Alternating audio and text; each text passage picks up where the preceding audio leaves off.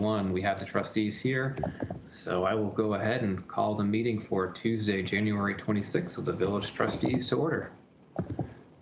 And do we have any agenda additions or changes tonight? We do. They're on the screen. So, you want me to announce them, or you just want me to? So we have we need to go into executive session 5E to discuss a real estate matter. 6C, approve a temporary review, hopefully approve COVID-19. This is a holdover from last night. And then, as I mentioned, the executive session then becomes 8A, and then there are some handouts. Thank you. Trustees, are there any concerns about any of this? Not. If somebody wants to make a motion. Move we approve the agenda as amended. Thank you, I'll Dan. second. Thank you, George. Is there any discussion on that motion? Hearing none. All those in favor, please signify by saying aye. Aye. Aye. Anybody opposed? Thank you. And thank you for the patience and willingness to put this off from the emergency leave policy, for putting that off to tonight so that way we have a chance to read the policy. So I appreciate that. And that brings us to public to be heard. So this is a portion of the meeting where if there's anybody from the public who wishes to address the board about something that is not on the agenda, then this will be the time to do so. I see the participants who are here are only using Microsoft Teams. So if you would like to speak to the board about something that is not on the agenda, then please take the moment using Teams and raise your hand, and I'll be sure to call on you. Please note you will have 2 minutes, a maximum of 2 minutes, and the time for speaking is now.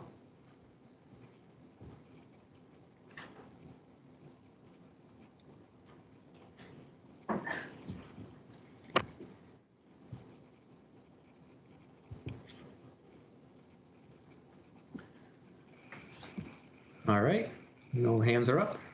So we will go ahead and move off of public to be heard and into the first business item, which is business item 5A, discussion and possible action. Stop moving the screen. Discussion 5A, economic development tax. In your packet is a memo from the finance director, Sarah Macy. You had asked to discuss whether you would want to ask the voters to extend the economic development tax. I believe it is 1 penny on the tax rate. We have a little bit of history in the memo. And then, I think George might even be able to, George is here, and Robin is also on the, give a good history of what the tax has been used for, the projects that we have in front of us. And then down at the bottom, there's some more stuff about how we address special funds. And and I'll answer any questions. And so we did talk about this at our last meeting.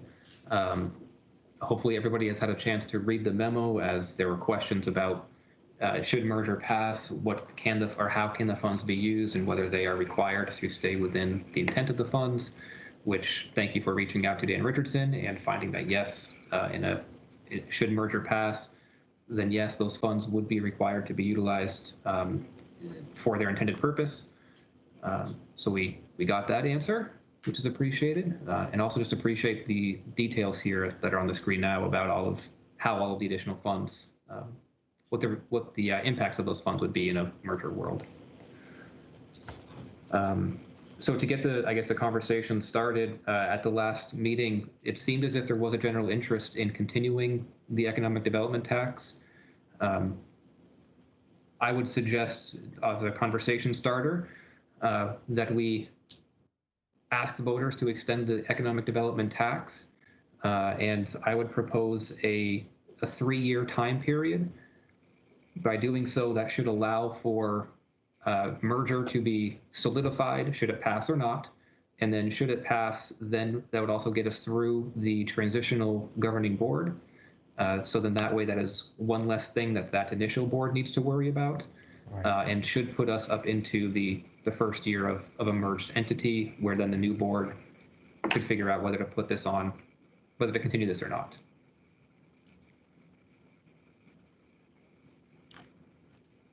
Yeah, I don't know if you're inviting comments, Andrew, or I am.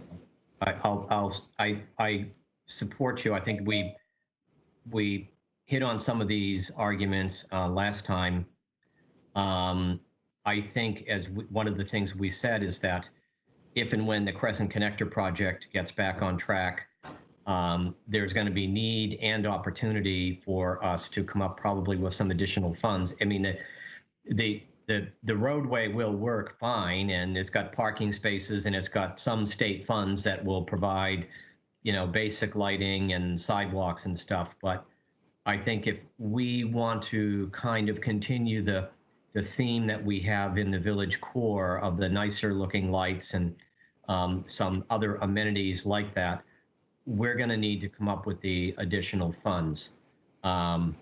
I would also point out one other thing that occurred to me as I sit in traffic next to the Firebird many times throughout the week and gaze over lovingly at the big dirt parking lot behind Firebird that Mr. Handy has allowed us to use as a public space, but we sometimes forget when someone gives you something, they can take it away. And if Mr. Handy decides to develop his property sometime, we're suddenly going to be out of like 20 parking spaces right in that immediate area. And I think it's been a great thing that he's done, and it's a great service favor he's done for us, because I think all of the businesses on Main Street have benefited from that, because it's quite full a lot of the time. But my point is that I think there's going to be a need for this fund, this kind of spending for at least for the next few years, when we get the Crescent Connector built and see what else happens in the village core. And the idea that after merger, you would still be designated just for this purpose. It couldn't be exploited for some other reason. In my mind, speaks to keeping it going.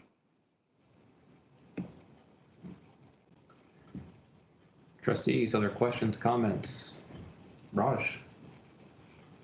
I mean, along that line, I think, we're going to be looking at improving pedestrian access. I kind of see under economic development for that core area, improvements for pedestrians, facilities for cyclists, especially as we get more residents. And with more businesses coming in, if all works out, we may have needs arise that can't be predicted, but I think it's definitely worthwhile. And I think we can point to some thoughtful uses of the fund to date for residents, so they have an idea of what we're doing with this.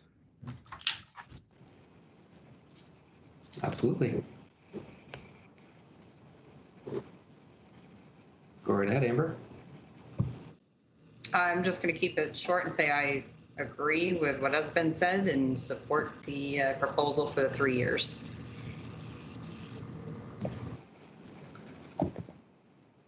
All right. Sounds like there's general consensus. Before we vote, we can turn this over for public comment, unless anybody has anything else burning to say. Andrew, I just want to clarify one thing. So if merger is approved, I understand that the residual money can only spend for this purpose, but obviously the taxing mechanism changed. We can't put it's a penny on the village tax rate. So there's no longer going to be a village tax rate. It would be a different tax rate. So the fund would stop. Is that correct? The money, there's no idea that you would put a penny on the entire town tax rate. That would have to be a completely different decision, a completely different vote. Is that correct? When you're saying to put it onto the town, do you mean everybody within the town in a post-merger world? Right. Yes. This absolutely has no bearing on. It would have no bearing. So The money would stop if the village is no longer has a tax rate. The village no longer has a separate fund. A separate general fund. Then there's no more money coming into this economic development fund. The money that's in there would only be used for developing the village core, but there'd be no more additional money coming into it. Correct. Right. Without an additional ask to the voters to ask them to approve of that specifically. Correct. Yeah. Which in that theoretical world, sure, that could possibly happen. Yeah, and I'm only asking this not because I don't know, but I just want us all be clear on that, because I'm sure that question will come up at some point. Right. Good question. Go ahead, Raj. And the should merger happen, the 3 districts, the sidewalk and cap, those don't count as a tax. Those don't count. In other words, those will still be collecting, but this wouldn't be attached to that. It's only attached to general fund. Right. I mean, I don't want to take over. I don't want to let you go ahead, Andrew. I don't want to. No, I think Evan, go ahead. Wait, Raj, ask that question again. I missed that. Sorry, Evan. I'm just taking George's comment one step further and making sure that this would only apply to a general fund budget, not any remaining, should merger happen, the village will still, the way it's written, the merger will have a debt, sidewalk, and capital districts and taxes collected for those. This 1% would not, 1 penny, would not apply to those taxes. It's only the general fund, which under merger would disappear. Right. Does that make sense? Am I asking that clearly? I'm trying to, if you give me a moment. Okay. The village, so those districts that are enumerated, those get created upon the effective date of merger. The village can, so if you agree to 3 years, and let's say the effective date of merger is before the 3rd year, we would just have to check to see if you need to either take action. I believe you can always take action to cancel a tax. So I did just have to check that. But you may have a reason to continue it for its 3rd year, which I would have to check on that. I guess what I'm saying is I'm not sure it's automatically gone because of merger. It's automatically gone because of its 3-year sunset.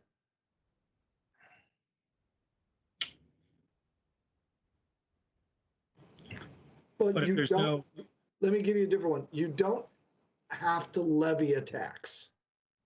So you could just take action to say, I know we're authorized to levy this 1 penny. We are not going to levy it. So, but without a general fund. So if merger takes effect, the village is gone, and there's a new general fund budget under the town of Essex.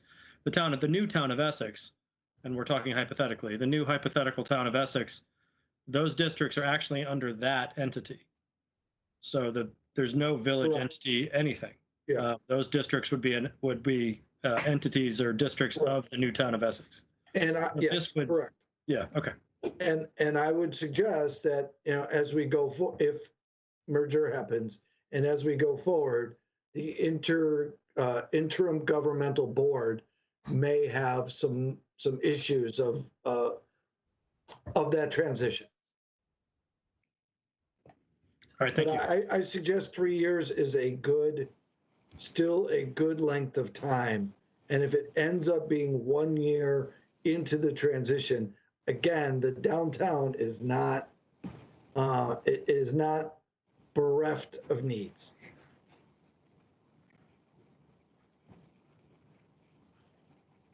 Thank you.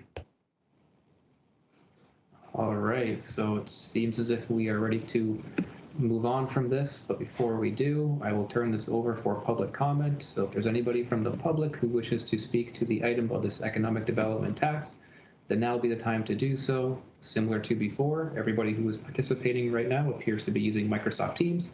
So please go ahead and raise your hand if you would like to speak. You'll have 2 minutes to do so. And again, go ahead and raise your hand if you'd like to speak.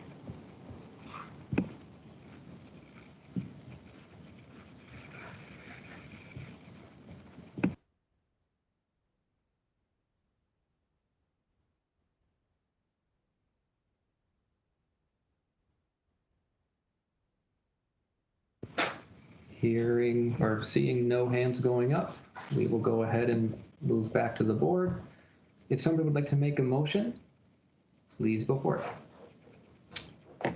I can do it. I move that trustees place a question on the 2021 annual meeting ballot asking voters to extend the economic development tax. Do we need to get any more specific than that?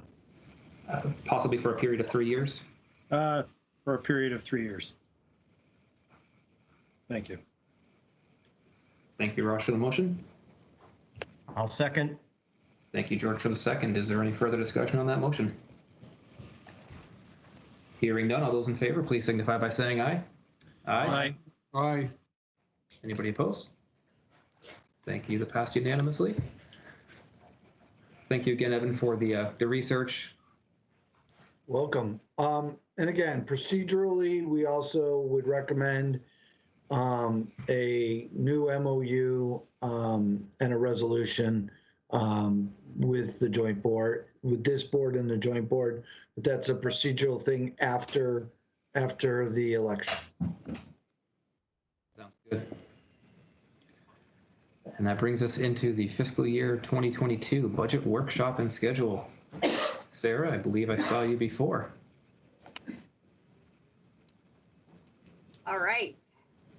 So I went back through, I combed back through my notes at the end of last week to try to capture everything that we had been talking about in early December because time flies and that's the last time we talked about budget. So a quick summary, where we left things, we were looking at a $5.6 million total expenditure budget. That is just shy of a 5% increase. The driver on the increase, oh, I can't remember that right now, so I'm gonna keep going. The tax levy would be less than a 2% increase over FY21 because of the transition of the rolling stock moving into the highway budget and then into the town budget, and then having the town highway tax be eliminated, and that whole initiative that we've been talking about. We're looking at we're looking at an estimated tax rate that's a quarter of a penny, give or take, over FY21 using average grand list growth, and that would be about a $7 increase year over year. One of the things, so in my memo, I tried to hit on all the things that I came up that I could find in my notes that were open items. And there was a question about what would it cost if we budgeted for an 100% acceptance rate for the stipends at $50 per person per meeting for all the village boards and committees. So I just want to, shout out to Linda, who recently updated all the boards and committees on the website. And that was super helpful for me to get in and see how many people were on each of these committees and put this together. So here I've put in the table what I was thinking. I have included Social Security taxes after checking with the LCT. These all would be paid through payroll the same way the trustees are paid now. I actually can't remember how much. Oh, we put up an additional $10,000 in the budget for stipends, and we would need another $6 to fund it, assuming 100% acceptance rate. And then number of estimated meetings per year is an estimate. Let's see. We had also talked about increasing the amount paid to the trustees, the Zoning Board of Adjustment, and the Planning Commission, which are the only boards right now that are currently being paid. We received clarification from the village attorney that any change to the trustee stipend would have to go as a separate article on the ballot. So we would include that in the budget and on the ballot. We had talked about in this budget, in the numbers reflected above, we have $75,000 going to the buildings maintenance fund after hearing about some big, large dollar priority projects specifically for the Brownell Library roof and for electrical redistribution between 2 Lincoln and the fire station. And we had increased that transfer from $50,000 to $75,000 in order to accommodate these projects due 1 in 22 and 1 in 23. However, at a meeting recently, the trustees assigned some fund balance toward buildings maintenance purposes and transferred that into the buildings maintenance fund, which gives us an additional $63,000, which means we get to tackle we have sufficient funding to tackle both of these priority projects in the upcoming year. Those are all, I believe I have answered now some of our lingering questions from Budget Day. I did put on here as well where our timelines. One of the things that got away from me on the town side was the timeline a little bit. In prior years, we've had to warn village annual meeting in a way that we didn't yet have the results of the town budget vote. And this year, because we're doing Australian ballot and we could warn annual meeting on our regular meeting at March 9th, which would allow us to know the outcome of the town vote. So there's a little bit more flexibility here. So I did put in here in case you want to do 2 public hearings instead of 1, some dates. So here's what I want to do tonight. Now that I've yammered for a few minutes, I want to get back into the budget. And I would like us to get and just to do some more work on it. If we get to a place where, we think it's good to go, then great. If not, we could work some more on it on February 9th. But I have the workbook here. I'm happy to pull it up and we can tackle questions or outstanding items that you guys have and see how far we get. Thank you, Sarah. I appreciate that. Before we dive into it, I just want to make a general housekeeping note. If you have joined the meeting, please make sure to mute your microphone if you're not speaking.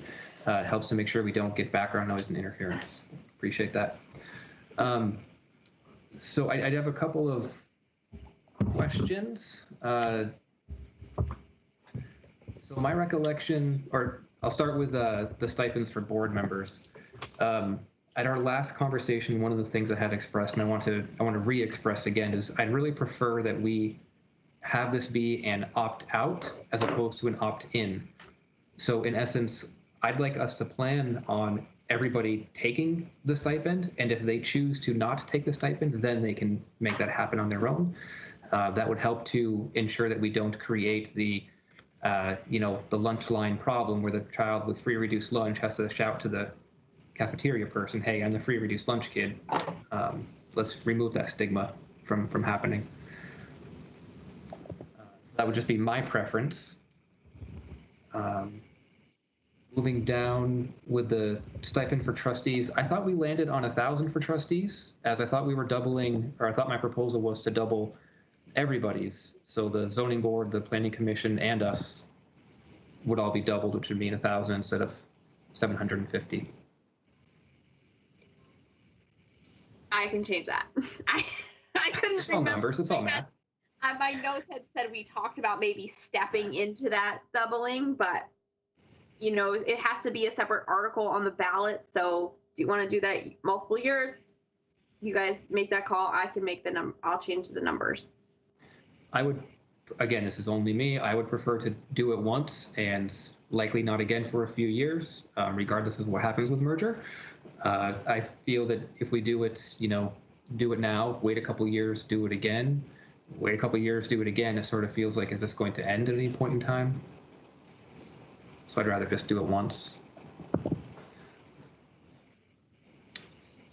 Yeah, and Andrew, I do believe you were right. I think we said $1,000.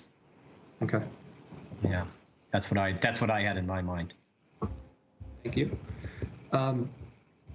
My last one is a question, and that's about if we wait to warn the annual meeting for March 9th, with mail-in ballots, does that give us enough time to then print and mail the ballots to then get the ballots back in time? Because I assume we then can't send anything to the printer until the 9th, which that's going to take a little bit of time to get those back, stuffed, mailed. I love the concept. I'm just I curious have about no logistics. comment. I don't know. I would love to get, I'm already thinking about next year and like, could we get this all done before Christmas? But so I would love to have it. Just please let me check something off the list. So I would be okay with not waiting until March 9th. I just wanted to make sure you had the timeline. That's a really good question, Andrew. I don't know how much time the printer needs. Well, what if, can I, just looking at the schedule, the budget schedule you've provided,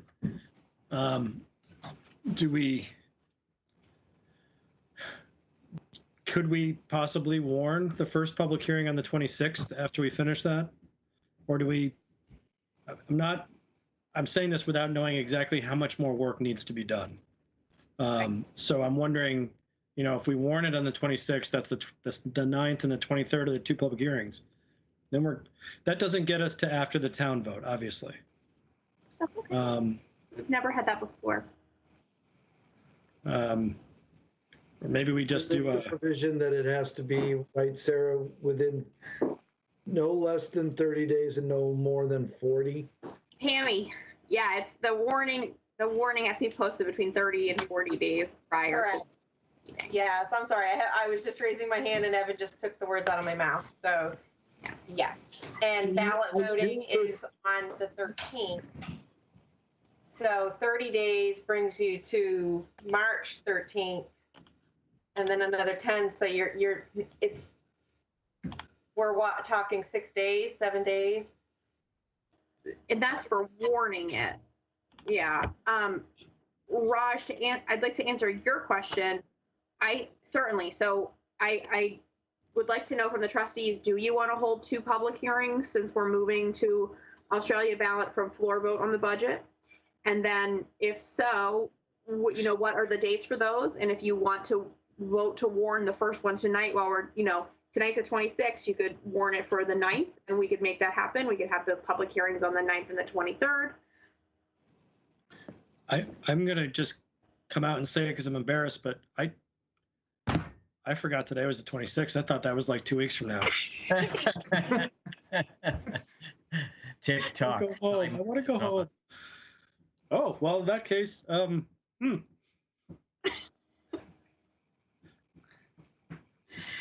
really don't have, I don't have any more real changes to this budget. I mean, I can pull it right up on the screen. Andrew's made a few suggestions. I'm here to workshop it with you. If we get it to a good spot where we're comfortable with this tonight, we can warn the public hearing. We can still make changes after that. It won't be adopted yet. And so I don't see any reason why we couldn't get to that point this evening. George, you've been waiting. Go ahead. Yeah, I'm going to jog everybody's memory because you were all here last year at this time, and we didn't need two public hearings. I'm going to say that. And I'm going to say the year before that, we didn't need two public hearings. I can't remember the last time we've had a highly contentious amongst the trustees and between the trustees and village residents public hearing scenario about the budget where we really needed two public hearings. So I'm going to suggest we just have one public hearing. I don't disagree that I don't see this as a contentious budget. I don't see us needing to have two. One thing I'm curious on though is, so if we warn the public hearings, if we do warn two, one for the 9th and one for the 23rd, if we warn a public hearing, does that then mean the budget has to be finalized before the public hearing? Or if necessary, can we still amend the budget? I don't have and go. No, you go if you want. Because you have a public hearing, you are in essence, let's take a step back. Two different types of hearing. Is it an informational hearing where the budget is not going to be changed, or is it a hearing where it might be changed? The one thing that I would suggest is if you're going to be open to changing it on the same night you have on the agenda adopting the budget. And so if anything changes, you still have the opportunity to go into session, make the change, and adopt the budget. So I guess the impetus for the question, or really the motive behind it, is if there's really no difference in calling the 9th a public hearing or not, then why don't we just call it a public hearing? It'll function like every other conversation we have, even similar to what we're doing right now, but we call it a public hearing, and we have 2 public hearings, largely in the sense of one of the things that I recall being discussed in social media, at least, is that the town's version of the merger has 2 public hearings instead of 1. And for that sake, why not just have 2 public hearings? I don't have any problem with that. My only thing is, and I think maybe for Sarah, if we're doing this, which is great, let's do them early so that we could then get our warnings done. And as Sarah might say, check off that box. I'd say let's do the hearings on the 9th and the 23rd. But that's just my proposal. I'm sorry. Now I'm getting back to the screen and I'm seeing that, Raj, you have your hand up. Tammy, you were before me. Did you need something or have something? Sorry. Well, I was just going to say that according to what Susan has for a schedule, the ballots have to be ready by March 23rd. So you're saying public hearing on, you're saying February 23rd, right? Or what? Yes, saying February 23rd would be the second and the last public hearing. So February 23rd. And if a second hearing notice, and then the second hearing would be March 9th, and then you would adopt on the 9th. Tammy, we're gonna have the first public hearing on February 9th, the second public hearing on February 23rd, and adopt on February 23rd. Is what. So I have that's what we're currently discussing. That's different from what's in my memo. Okay. Your reading skills are fantastic.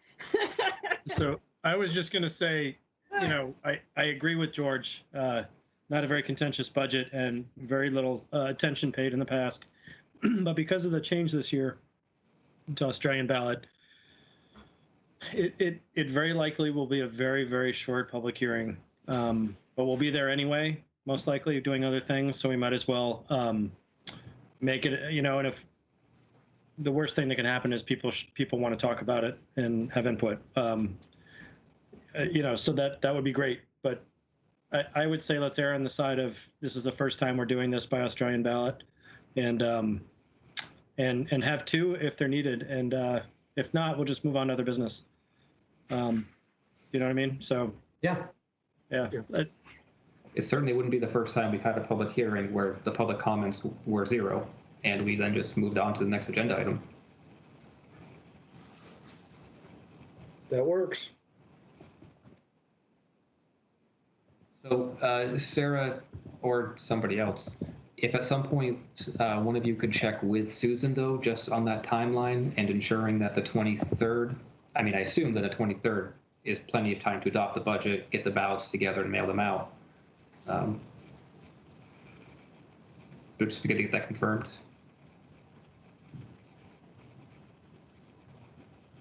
Yep. I'll take care of it. Thank you. Looks like Sarah may have frozen. That or she's being a really good statue. Yeah, frozen. That's all right. I got Susan's going to respond. I think that's going to be plenty of time. Great. Probably the next morning then, or whatever. The ballots will go to the printer and we'll be good. She's actually responding now. Wow. Or at least those 3 dots going across the screen say somebody is responding. it's probably your cat. Is to say maybe it's her cat. Yeah. No. I'm just guessing. There's a cat. I don't know. It could be a guinea She could pig. be watching. She could be watching at home. When Sarah gets back, I do have a question about the building fund, but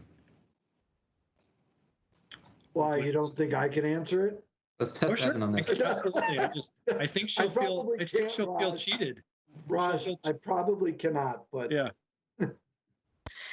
Oh, Evan, were you going to do the budget workshop? He was. Sarah, I Let hung me up on hang you. up. Go ahead, Sarah, I Raj. had a quick question about the building fund. I just wanted to make sure I was clear. So we did increase the transfer from 50 to 75, but then we moved some fund balance. So are we not? Oh, wait, I think I just answered my own question. Cool. The increase is sticking, but we just moved up when we could handle them. Okay, it's been that kind of day. I apologize. You don't need to apologize to me. I've had a number of those. Correct. Okay, thank you. We could, let me take a look though. Plus one. We could go back to the 50,000 level though.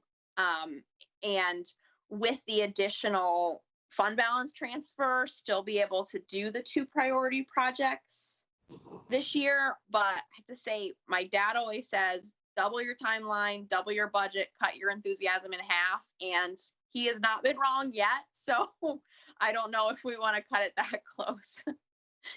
That's what your dad always told you right there? Yeah, that's one That's of a many. pretty complicated thing for you to remember. was he a co-creator of Curb Your Enthusiasm? How to get to a realistic spot on your project management. And just for everybody's thing, Susan says, if you complete everything by February 23rd, all good. Perfect. Yeah. That's going to happen. All good for ballots. It's going to happen. Gives her plenty of time for what she needs. But did you get your question answered, Raj? It seemed like we tailed off there about the building thing. I think I did. I was misunderstanding the English language, and I was thinking that we could just remove the. I wasn't thinking about the transfer to the building funds properly, basically. So yes, I'm all set.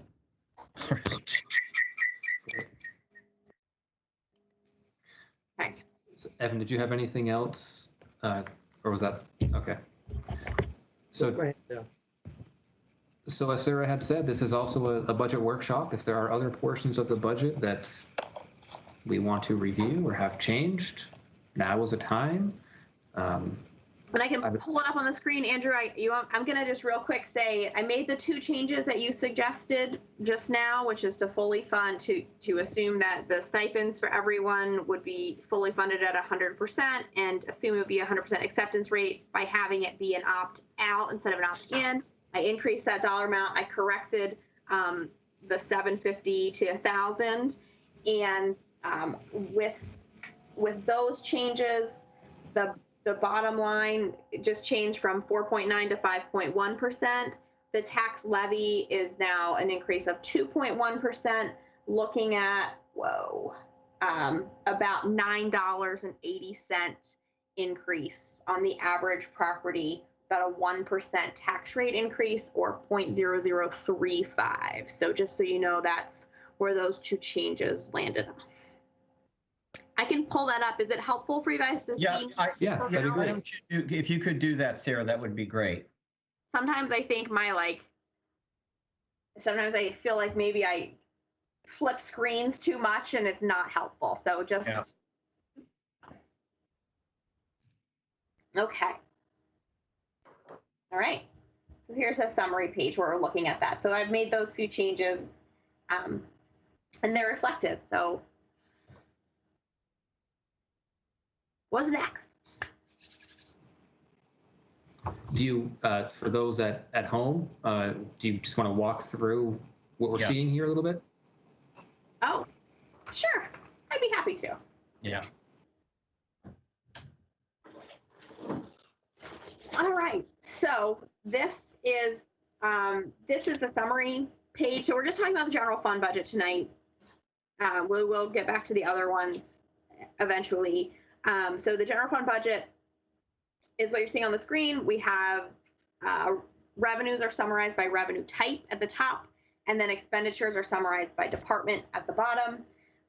We have our primary source of inflow is property taxes. This is the village tax levy. The top line, we're looking at $3,750,000. I'm rounding right now in the current proposal. That's a $78,000, $79,000 increase over the FY21 budget, which would be a 2.1% change. So even though that bottom line number is changing 5%, the impact on the tax levy is 2%. And that, after we factor in average grand list growth, would be about a 1% increase on the tax rate, or a $9 per year increase. One of the other major changes in this budget is that the rolling stock, the transfers to rolling stock for highway and fire have been moved out of the transfer and miscellaneous line and into their respective departments in order to facilitate the change to the way the highway rolling stock is funded, or the proposed change to the way that's being funded. Is that what you had in mind, Andrew? I'm sorry, you kind of caught me off guard with that. Yeah, no, that's perfect. That's exactly what I was looking for. This good high-level overview. I think it's great. So, trustees, do you have any other questions on this? Or desires to review any other parts of the budget?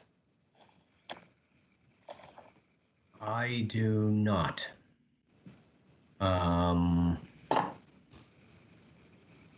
And I just want to go back, and we are going to do, for the building, we move money in, we're going to do the Brownell Library roof repair and the Lincoln Hall electrical, whatever we're calling it, reconfiguration or something. That's going to happen under this budget. That's what we moved, that's going to be happening this coming fiscal year, correct? That's in addition to whatever other capital projects we have. Correct. Yeah, okay.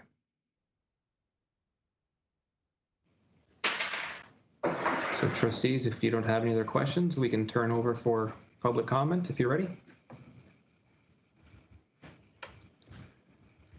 Okay, so again, it appears that all of the attendees are using Microsoft Teams. So if you would like to speak to the board on the proposed budget here, now will be the time to do so. To indicate you'd like to speak, you can do so by raising your hand in Microsoft Teams.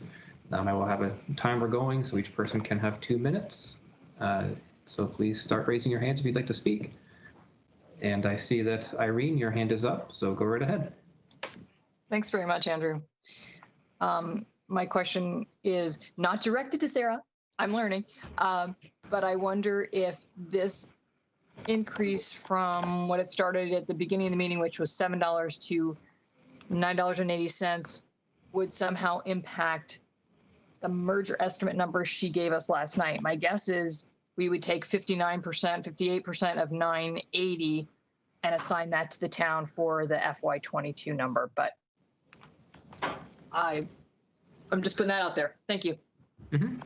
Thank you. Sarah, please correct me if I am wrong. By increasing the village budget, this will absolutely have an impact on merger. In the fact that if for the village budget to go into a merged budget means that if the village budget goes up, the merged budget goes up. So yes, there will be an impact. Yeah, but it is not. It has much less. It has less to do with that $9.80. Although.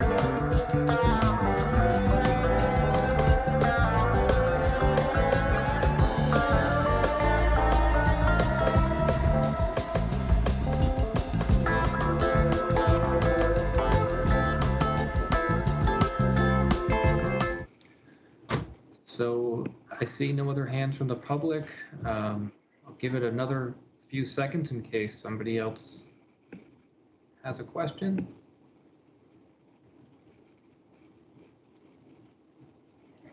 It does not appear so. So we can go ahead and close the public comment portion on that.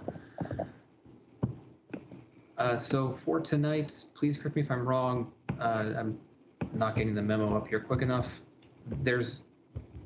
We do need to have a motion in terms of the public hearing schedule. Yes, please. So I think I've pulled it up for you, and then these dates are just changes. So I would just request that you take care of, voting to warn the 2 public hearings now, and then that enables us to do what we need to do.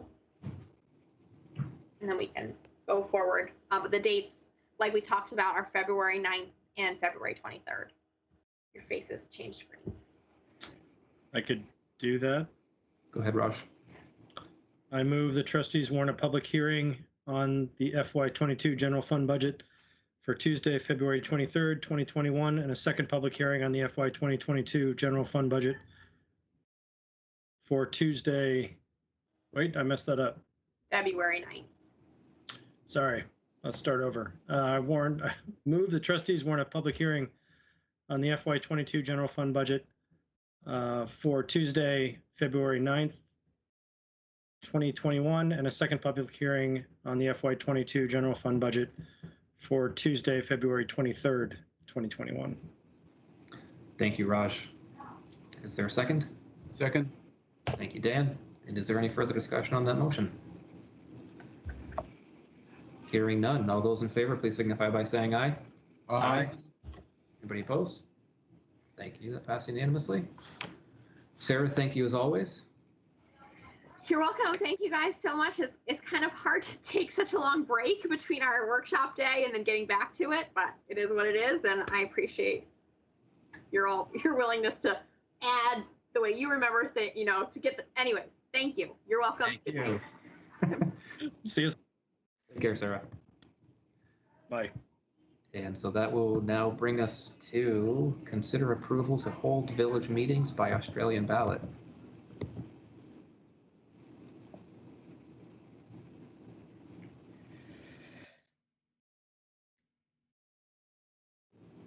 Evan, did you want to introduce us? Sure. So New World here in Vermont, Act, I think it's 162, states that municipalities can hold their annual meetings by Australian ballot. The village board already stated that they wanted to do their budgets by Australian ballot. Now there was this conversation, did that mean the annual meeting as well?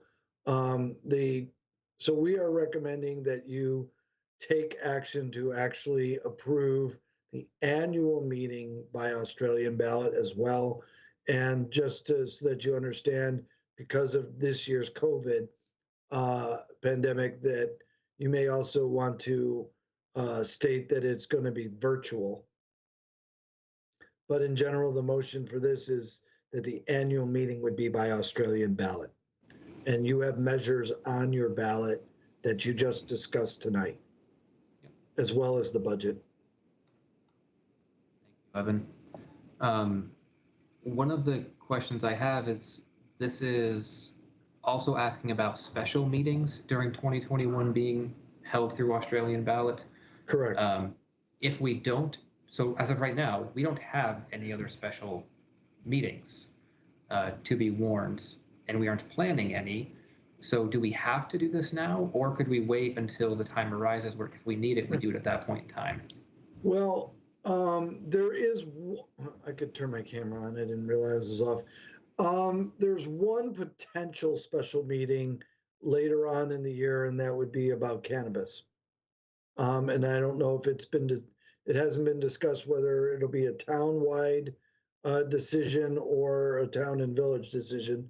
March might have something to do with that, but that would be required to be done by Australian ballot. But I'm not aware of any others. So I think potentially at some other point in the year, you could decide how a special meeting was addressed. So I would just recommend, or I would just offer that we just take the special village meetings out of the recommendation at this point, but that's just me. Trustees, if you feel otherwise, please chime in. Or if you agree, up to you. I don't really have strong feelings one way or the other. Defer to others. We could decide on in advance of those special meetings. Yeah. if as needed, I'm assuming. Yeah, Is that what and you ju- said? Yeah. and just to be clear, this is stating that you would not have a annual meeting in person where there's a floor vote. You know, that's what I think the state is trying to Right. get people to avoid this year is floor voting. But you can do it at the time that something pops up. You'll just need to have the proper notice,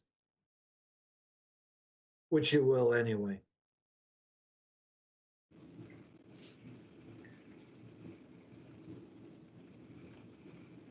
Sounds like there's really no strong opinions on this issue. Well, I mean, I think if we're saying this sort of covers us in case we have to hold some kind of an emergency special meeting, instead of having to, shuffle and find something really fast. So it sounds like this covers us, and so it seems like a reasonable thing to do. Yeah, I'm not opposed to it. So should we make a motion? I'll make a motion that the trustees vote to hold the annual meeting and any other special village meetings during 2021 entirely by Australian ballot. Second. Thank you, George. Thank you, Raj. Is there any further discussion on that motion? Hearing none, all those in favor, please signify by saying aye. Aye. Aye. Anybody opposed? All right, passed unanimously. Andrew, Yo, Irene Renner's hand is still up. I don't know if she wanted to say something or what. I'm so sorry. I'm good. Thank you. thank you. And I'm sorry, Irene, I didn't see that. So my apologies. Thank you, Dan. And that will bring us now to 5D, a discussion and possible action about the clock and village kiosk at Railroad Main.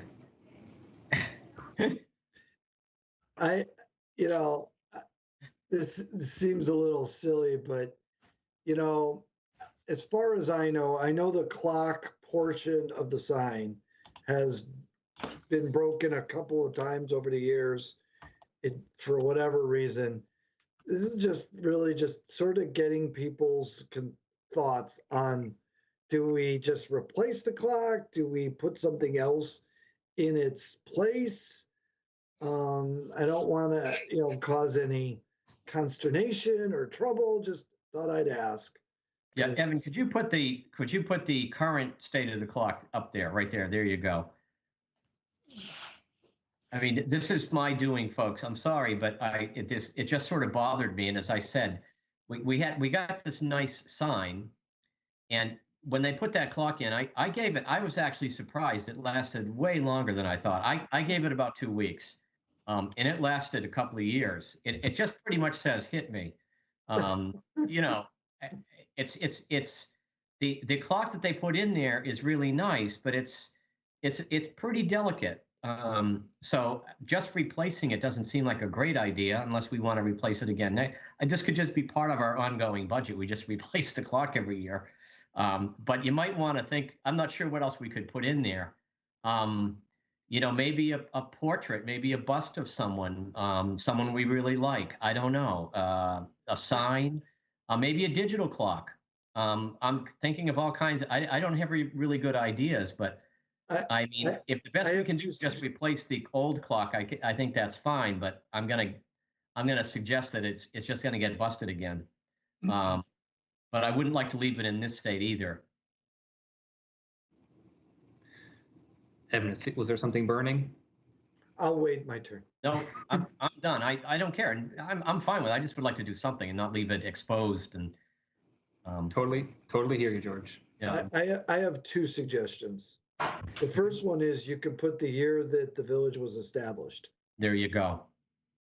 Two, you can do your logo, which is on the left as well of the sign. But just one suggestion, you do the year you were established. So Raj, why don't you go ahead and then Dan will be after.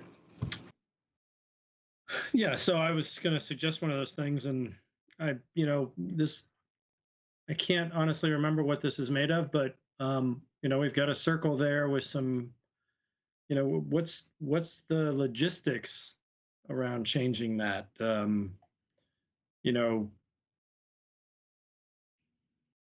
so you know, that's another question, I guess, is, you know, it seems silly to keep replacing the clock. Is it even needed anymore? But it's a circular spot. You're not going to change the shape of the sign. What are the logistics around doing some of these other things with it? We probably don't know, but Well, my answer is you tell me what you want there and we'll make it happen. I'm thinking something weatherproof, you know, like, you know, it might be nice. We'd have to figure it out, but we'll get somebody to fit it in that space and affix it so that it doesn't pop out. But, you know, whatever it is, it's got to be weatherproof. It has to be vandal proof, Evan, too. I think that's that's really the key thing. George. That's a high bar. Ooh. Well, or casual vandal. For, you know, Yes. Serious vandal's nothing, but Yeah. the other one is just so delicate. I mean, you know, I'm looking. Everyone's got their hands up, so I want to hear some creative ideas. Yeah. Roger, you all set? All right, Dan, go ahead.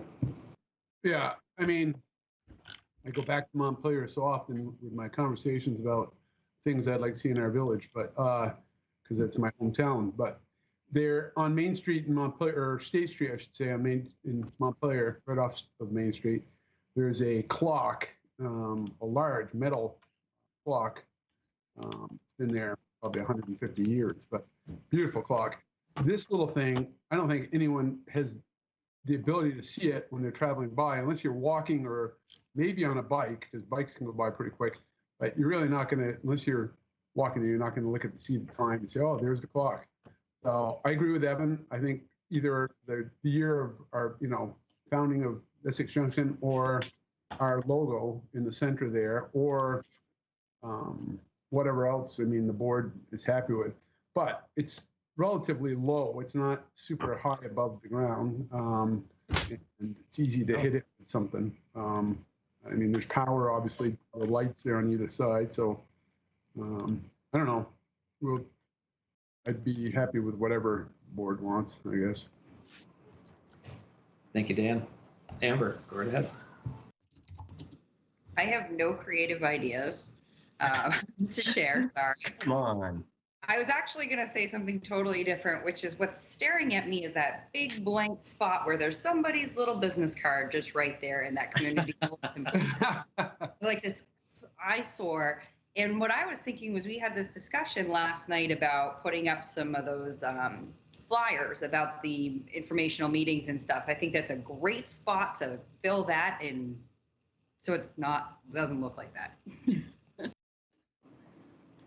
Amber, you stole exactly the only thought I had this whole time. Sorry. No, I appreciate it. I mean, I honestly don't pay too much attention to this because I don't really walk through there very often, but maybe using that bulletin board, again, this is not the conversation we're having, but using that a little bit more frequently for some of our events and stuff. It is normally has things in it. I think whoever took this picture caught it just at the moment, but normally there are stuff in there. Yeah. But the other thing I would say is that one thing is that's a very small box. And maybe as we're doing things, we could look to see if we can get the next size up to fit in there so that we can fit a little bit more in there, whether it's width or height. I know Terry can't get to the high part, but we have other people who could fill the box. And so we could look into that too. But my main focus of this was, what do we do with the clock? And so just tell me what you want. I'm not going to worry about a budget. Just give me the direction and we'll get her done. It sounds like the year, the logo, something in general that helps to keep the village heritage, if you will, the village history alive and well. Is what, Okay. what it sounds like the themes are. Well, I'd also, I would, I mean, I'd go for that. That'd be fine. But you might, does anyone think about just a sort of a digital, maybe not even a digital clock, but a digital thermometer saying the temperature or something like that? I mean, it's wired. And if you put something fairly rugged in there, not a hand clock, but a tougher clock, that might be okay too. But it probably wouldn't tie in with the sort of the old 19th century design of with the bulbs, the bulb lighting, and the little filigree, rest of the sign there. So I don't know. I mean, you're going to have to get someone to hand carve that probably, which isn't a big deal.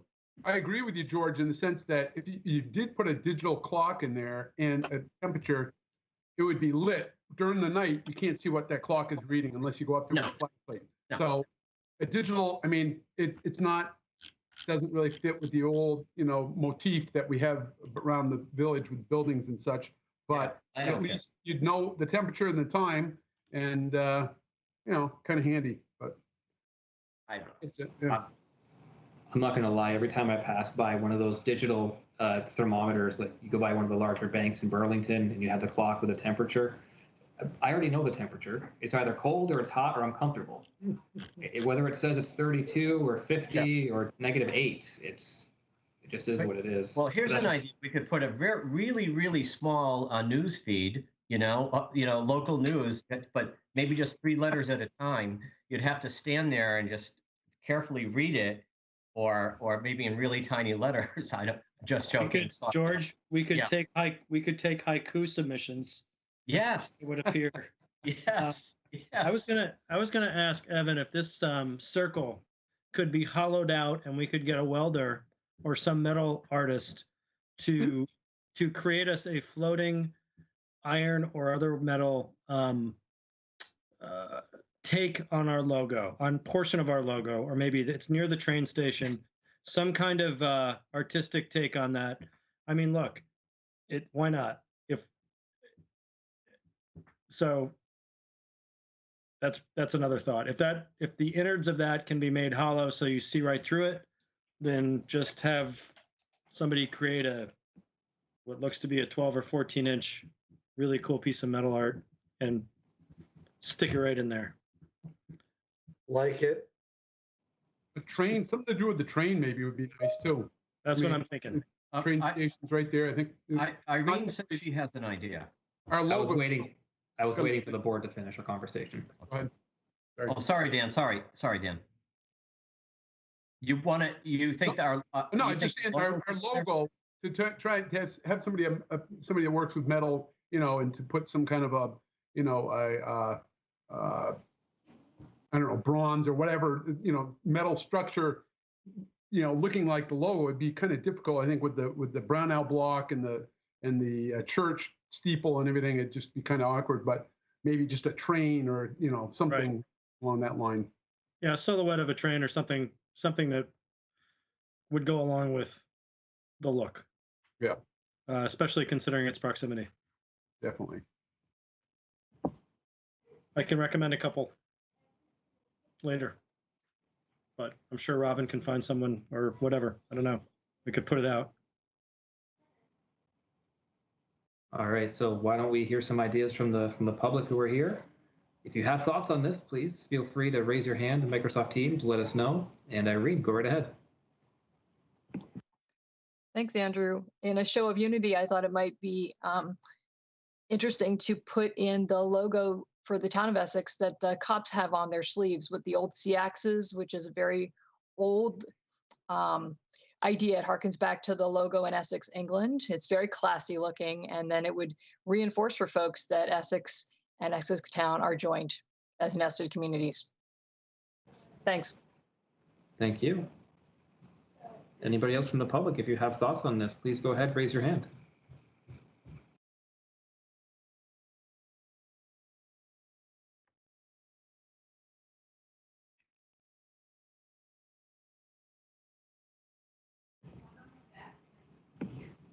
All right, I'm not seeing any other hands coming up.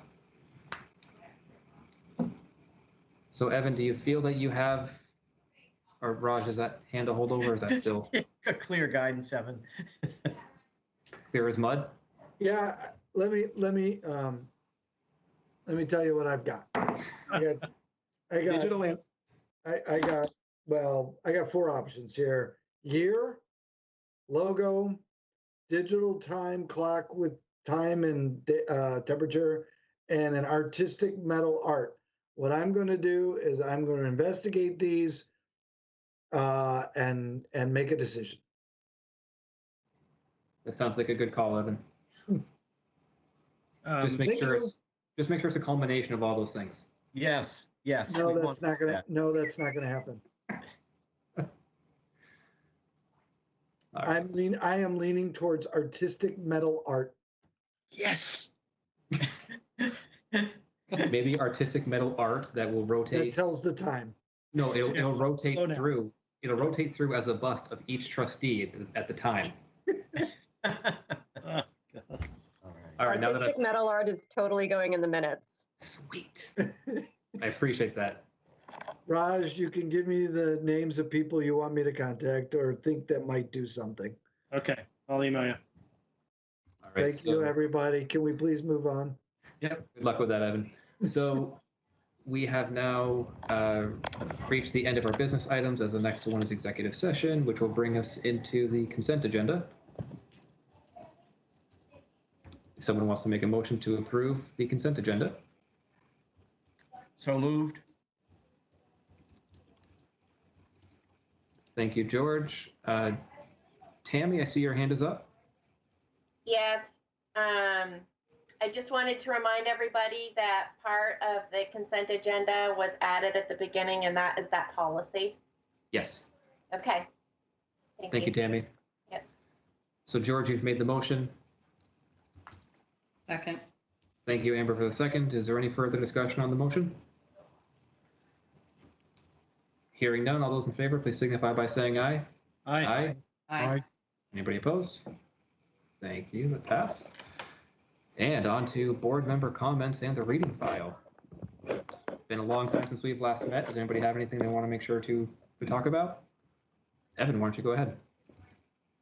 I mentioned this last night, but we are looking into vaccinations for seniors. We're asking the Department of Health whether our currently closed senior center could be a vaccination site. And and either way, we're also looking at the ability to give seniors rides to their vaccination appointments. Hopefully they'll be local, but if not, they may go to Williston or somewhere local, but we want to be able to give our seniors the ability to get to those vaccination sites with the senior van. So that's just one thing that we're working on in that space. And one other thing, we're also looking at whether we can try to help them make those appointments. Apparently, according to many people, the process is very frustrating. As I mentioned last night at the joint meeting, the Youth Center, AmeriCorps has a mission to help seniors as well. So we're going to reach out to them and see between our staff and theirs, whether we can help seniors get their appointments made. Because I believe a vast majority have to be done online, and everybody who's tried to reach them on the phone has just not had much luck. So just to let you know that. Thank you, Evan. Appreciate that. And I do appreciate the efforts to do what we can around ensuring that our seniors and most vulnerable are able to get vaccinated. So I really do appreciate that. Do any other trustees have any other comments? Andrew, I don't have a comment, but I do notice that we actually do have an executive session. I just wanted to point that out for any members of the audience that are looking at the agenda. We do have an executive session for later on, for after this meeting, correct, Evan? That is correct, and there will be no business coming back to this board. So you can adjourn this, you can adjourn from executive session, but this meeting, you will not be coming back to this meeting. Yeah, correct. The only thing that I wanted to highlight within the reading file, I just wanted to highlight the unemployment numbers. One of the things that we hear in the news is just how terrible things are economically with the pandemic. Just want to point out that in Vermont, while our numbers are not exactly what they were pre-pandemic, they are really close. So just wanted to point that out, that no, things are not perfect. Not trying to say that they are, but things are better than it certainly could be.